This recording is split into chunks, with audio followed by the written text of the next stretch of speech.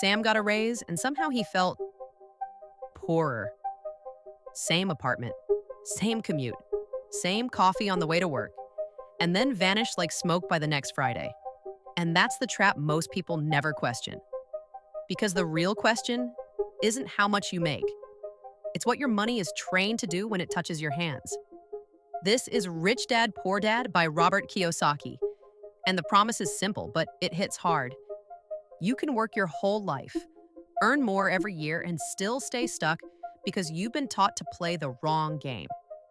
By the end, you'll understand the difference between assets and liabilities in a way you can't unsee, why the rich obsess over cash flow instead of paychecks, how taxes really punish employees and reward owners, and what financial intelligence actually looks like in real life. So we're going to walk through every major lesson and idea, so by the end, you'll feel like you absorbed the core of this book. Not just the quotes people post online. Sam is the kind of guy people trust. Late 20s, smart, dependable. He's the one his coworkers ask for help when a spreadsheet breaks. He's the one who says yes when his manager needs someone to cover a shift. And for a long time, Sam believed the basic rule he was taught was the only rule that mattered. Go to school, get good grades, get a safe job, work hard, get promoted, save what's left. It sounds responsible, it sounds mature, but here's where it starts to crack. Sam kept doing all of that and the finish line kept moving. One night, he sat at his kitchen table with 2 pieces of paper. On one page, he wrote, "What I want." On the other page, he wrote, "What I'm doing." The first page had things like more freedom, less stress, the ability to help his family, maybe even travel without panicking about the cost.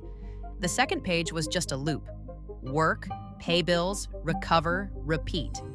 And that's the moment this book tries to create in your head, because it's not just telling you to make more money. It's trying to flip how you think about money. Now, before we get into the lessons, you need the story engine behind them. Kiyosaki describes growing up with 2 father figures. One is poor dad, his biological father, educated, respected, stable career, believes in job security and traditional success. The other is rich dad, the father of his best friend, a businessman who thinks in systems, assets, ownership, and cash flow. Not to dunk on people who work hard, but to expose what school usually doesn't teach. You can't unsee it. But here's the part most people miss. The book isn't really about money. It's about how money rewards certain behaviors and punishes others. And if you don't learn the rules, you can spend decades playing perfectly mocked and still lose. So let's start where the book starts, with the most uncomfortable lesson. Kiyosaki's first big idea is that the rich don't work for money. They make money work for them. That line gets repeated everywhere, but the real point is deeper. The book is arguing that most people are trained to live on a treadmill. They trade time for money, and the moment they get more money, their expenses grow to match it. Bigger car payment, bigger rent, more subscriptions, more "I deserve it" spending because the job is stressful. It's like running faster on a treadmill and expecting to arrive somewhere. But you're still in the same place.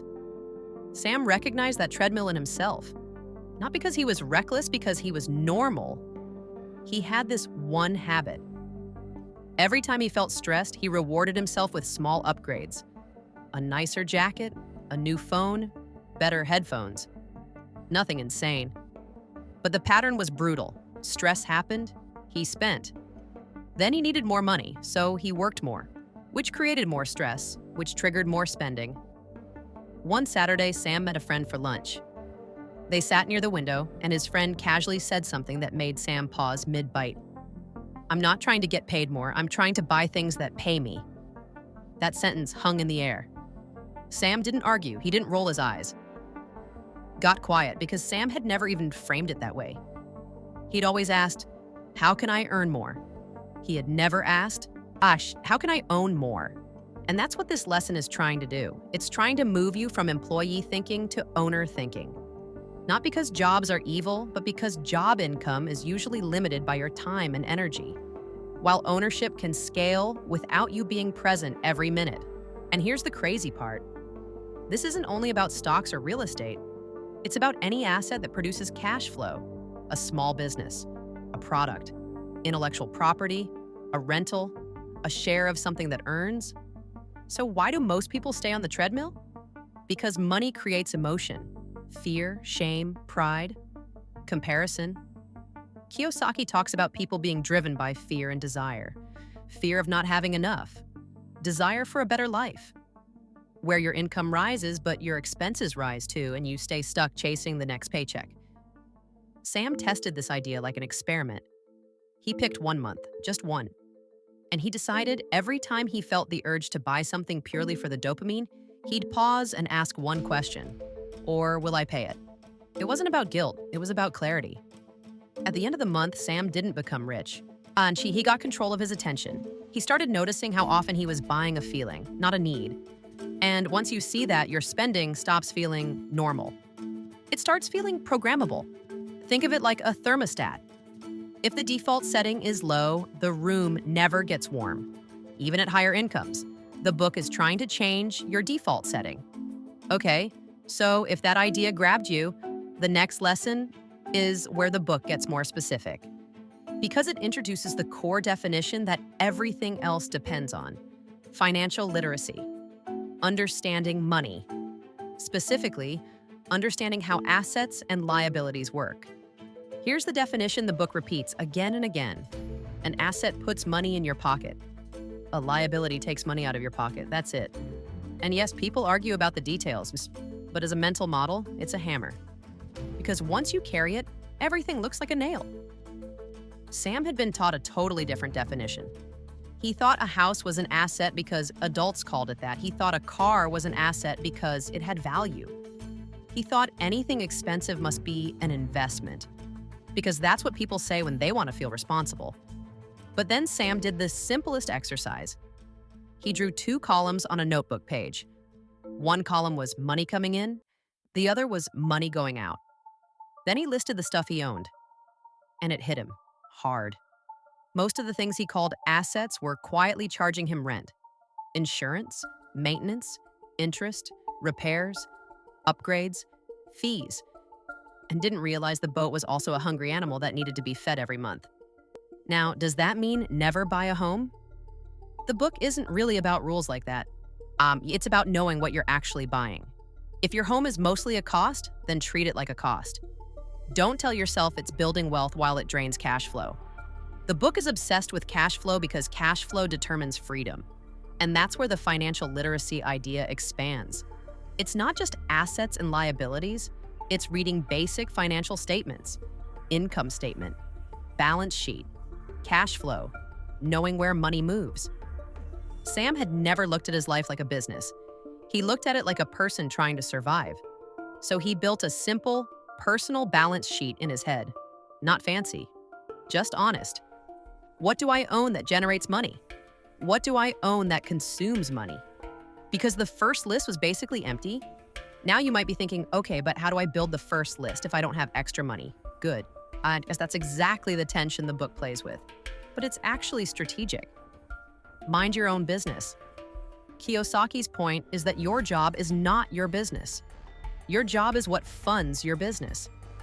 Most people treat their career like the main mission. The book says, fine, keep your job, but don't let it become your identity. Use it as a tool. The real mission is to build assets on the side, little by little, until the cash flow from those assets becomes meaningful. Sam had always poured everything into his job. He was proud of being reliable. But he also noticed something. The more dependable he became, the more responsibilities landed on him, without necessarily creating freedom. So Sam tried a new rule. He kept doing his job well, but he stopped using all his extra energy to impress people who weren't going to change his life. Instead, he set aside a small block of time each week to learn and build. Not hustle in a frantic way, more like planting seeds. At first it was awkward. On Tuesday nights, when he would normally scroll and melt into the couch, he opened a notebook and wrote down ideas for assets. What could I build? What could I own? What could create cash flow? He didn't have the answer yet, but he started acting like a person who would find it. That shift matters, because a lot of people do the opposite. They spend the best hours of their day building someone else's dream, then spend the rest of the day numbing out. They never build a second engine. And without a second engine, you can't get off the treadmill. A simple analogy makes this obvious. Imagine your life is a plane with one engine. If that engine fails, you fall. If you build a second engine, you have options. The book is basically screaming, build the second engine. Now, this next part is what really changed how a lot of people see the world, because it explains why the rules feel unfair and the power of corporations. Kiyosaki argues that taxes were originally introduced as a temporary measure targeting the rich, but over time, they became a permanent burden that hits employees and the middle class the hardest. Meanwhile, business owners and investors have legal structures and deductions that reduce taxes. Whether you love that argument or hate it, the core point is about incentives. If you are an employee, you earn money, then taxes are taken, then you live on what's left. If you're an owner, in many cases you earn money, you can use structures and expenses, and you may legally reduce taxable income. That's one reason the book pushes ownership so hard. It's not just about earning more, and it's about playing a different set of rules. Sam had never thought about taxes beyond complaining on payday.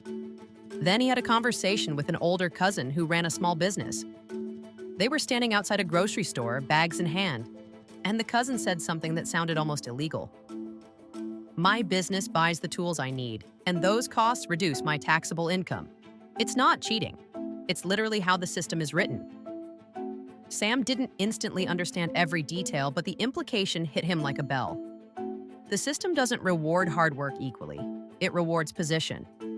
And this is where the book's message can feel provocative, because it's telling you that trying to win by salary alone is like trying to play chess with only pawns while the other side has the whole board. You can still play. You might even survive. But the game is tilted. Kiyosaki uses the idea of corporations as a kind of legal tool, a container, a structure that can own assets, protect you, and optimize taxes. Now, important reality check. Setting up structures doesn't magically make you rich. It's not a loophole wand, it's a tool. The book's bigger point is that financial education includes understanding these tools because they change outcomes over decades, the one that sounds like a magic trick until you see it clearly. The rich invent money. This isn't about counterfeiting. It's about seeing opportunities where others see risk. It's about creativity, leverage, deals, and understanding value. Kiyosaki talks about how people who are financially educated can create opportunities by spotting undervalued assets, structuring deals, and using other people's resources legally and ethically. The poor and middle class often look at an opportunity and ask, is it safe? The rich often look at it and ask, how can I make it work? Sam had a moment like this with a tiny example. He was browsing online listings for used furniture because he wanted to upgrade his living room. He saw a solid wood table listed for cheap because it had scratches. Most people would scroll past, but Sam paused. He did a little research. He realized the same style table, restored, sold for much more. He bought it. He spent a weekend sanding and refinishing it.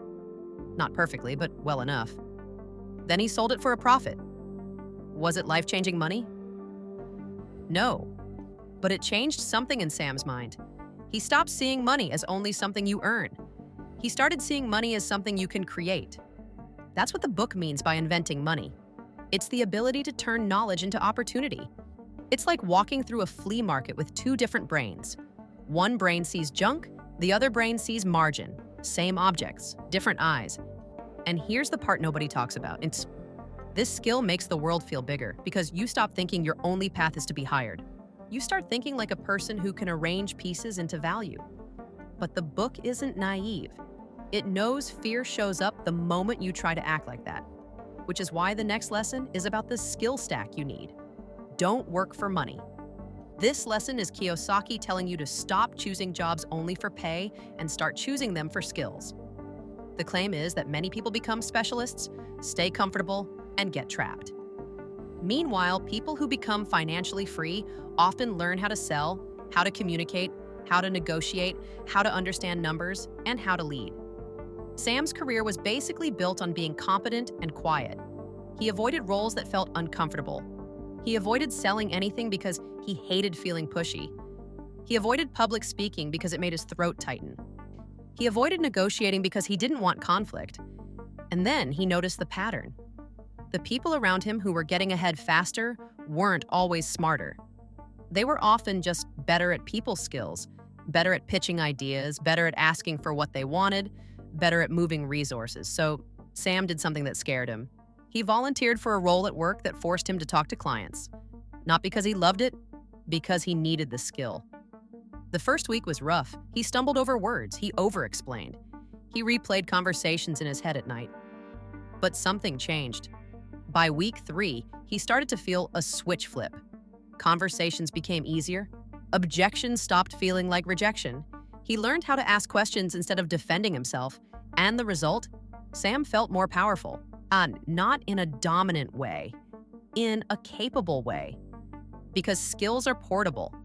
Jobs are not always portable. Think of skills like tools in a toolbox. If you only have one tool, every problem becomes a struggle. If you have 5 tools, you can build things other people can't. The book is telling you to build the toolbox. Now, you might be thinking, okay, but what stops people from doing this? If it's so obvious, why doesn't everyone just learn and build assets? And it's brutally honest. Overcoming obstacles. Kiyosaki names the internal blockers that keep people stuck.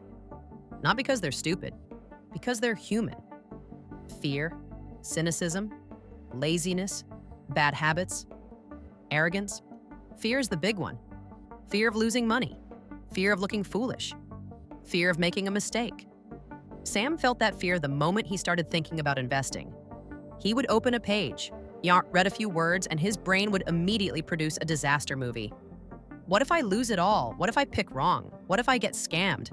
What if this is just not for people like me? So Sam did something small that mattered. He stopped trying to eliminate fear and started trying to reduce ignorance. He made a rule. If fear shows up, that means there's a knowledge gap. Go fill the gap. That's it. He didn't need to become fearless. He needed to become informed. Cynicism is next. Cynicism is the voice that says it won't work. It's all rigged. Only lucky people win. Everything is a scam. Cynicism can feel intelligent, but it often hides helplessness. Sam had a friend who lived in cynicism. Every conversation about money turned into a rant about how the system is broken.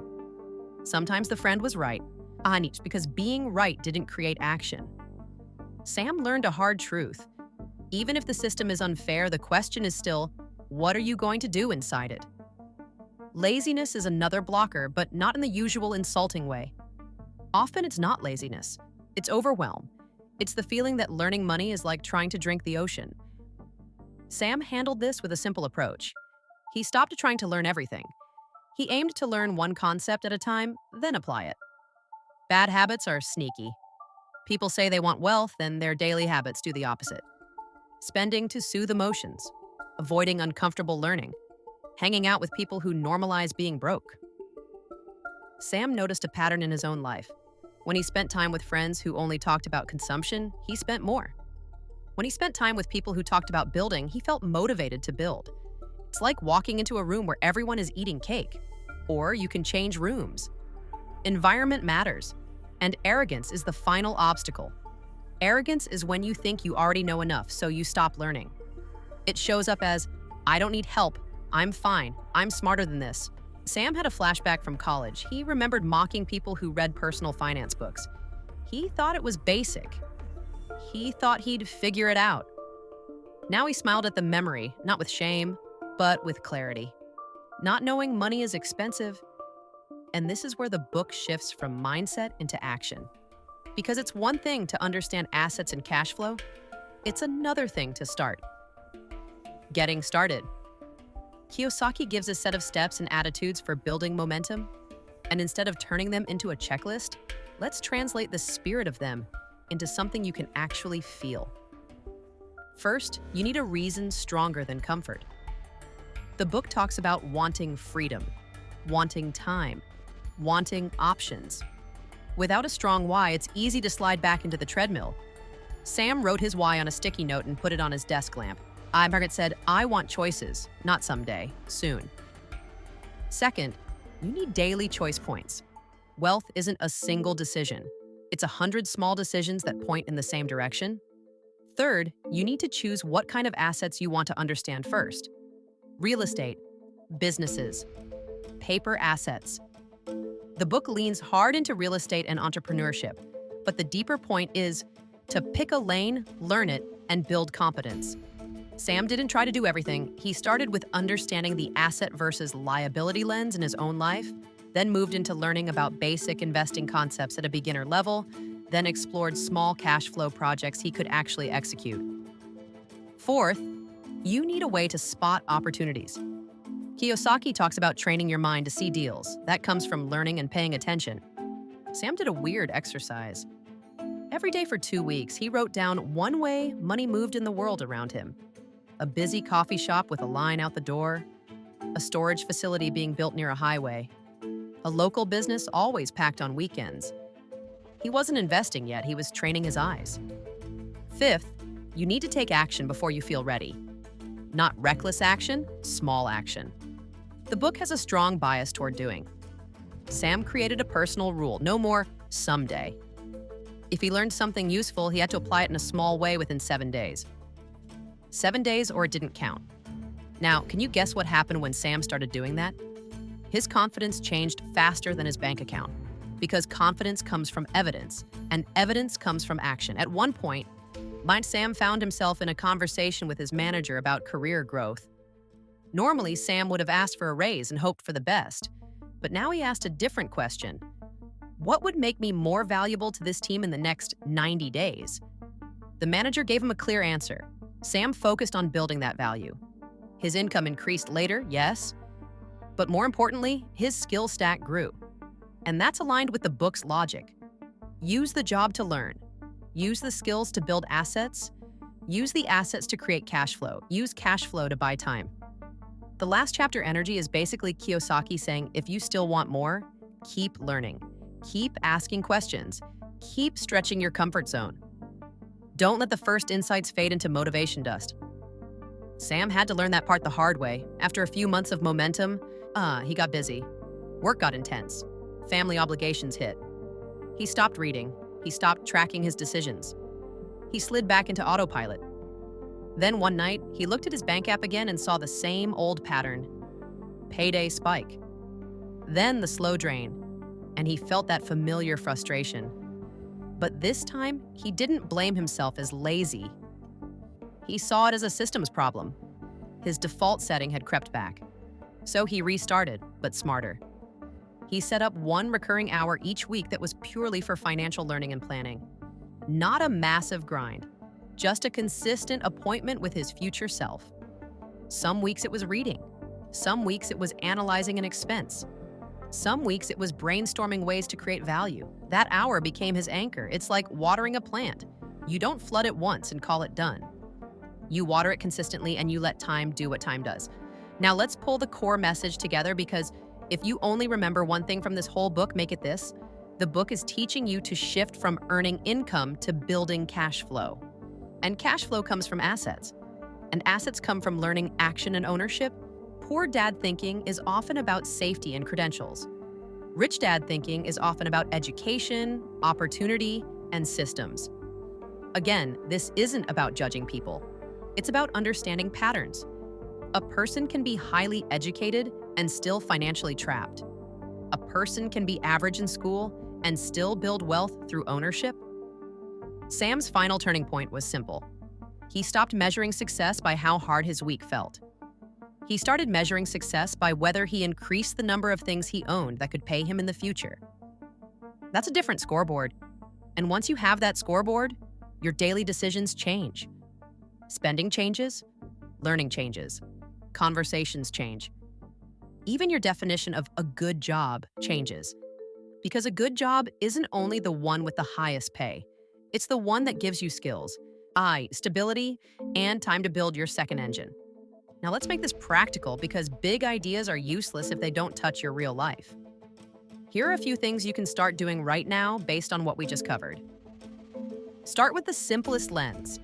Before you buy anything non-essential, ask, will this pay me or will I pay it?